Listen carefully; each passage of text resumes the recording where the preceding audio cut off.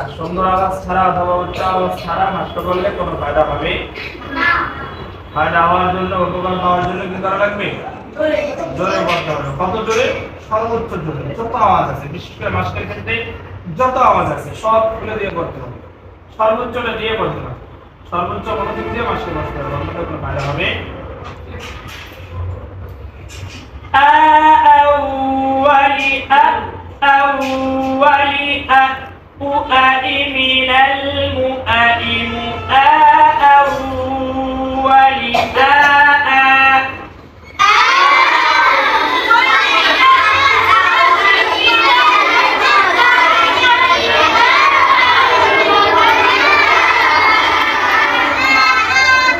যারা আছে পারে না।